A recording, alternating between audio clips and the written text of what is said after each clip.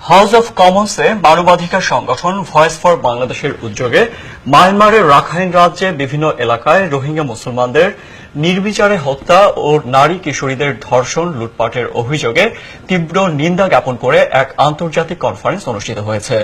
সংগঠনের প্রতিষ্ঠাতা আতাউল্লাহ ফারুকের পরিচালনায় ও হাউস অব লর্ডসের প্রভাবশালী সদস্য লর্ড নাজির আহমেদের সভাপতিত্বে মঙ্গলবার হাউস অব কমন্সে আন্তর্জাতিক কনফারেন্স অনুষ্ঠিত হয়।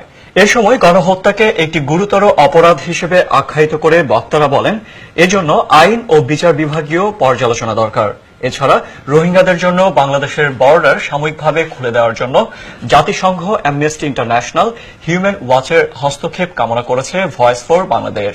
কনফারেন্সে হাউস অব লর্ডস সোমবার ব্রিটিশ এমপি, অ্যামনেস্টি ইন্টারন্যাশনাল প্রতিনিধি, হিউম্যান রাইটস ওয়াচ প্রতিনিধি, ইউরোপিয়ান ইউনিয়ন প্রতিনিধি সহ সকলেই মায়ানমারের এই হত্যাযজ্ঞের তীব্র নিন্দা ও যত দ্রুত সম্ভব এই বর্বরতা বন্ধের জন্য মায়ানমার সরকারের প্রতি জোরালো দাবি জানান।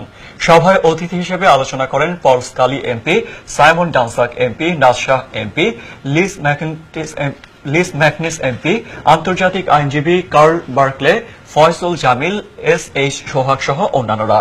এছাড়া আয়োজক কমিটির পক্ষ থেকে উপস্থিত ছিলেন কানিস ফাতিমা, পারভিন ববি, আলাউদ্দিন রাসেল, ফরহাদ হোসেন, মাহমুদুল হাসান, আবদুল্লাহ আল নোমান, আকলিমা ইসলাম সহ আরো অনেকে।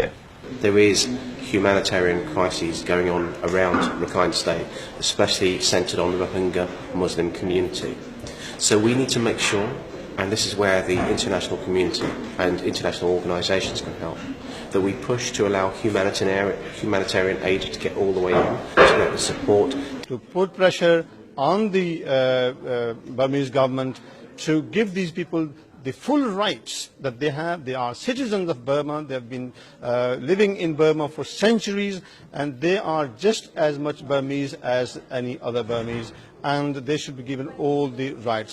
I think the international community needs to put pressure on the military regime as well as the political leadership in Yangon.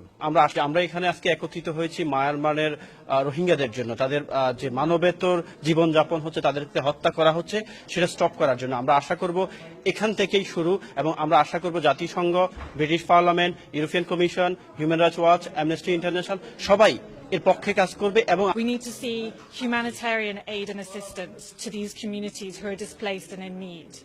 We also need to see independent observers, journalists, human rights monitors to go in and actually monitor the situation for themselves, because for 2 months they've been restricted.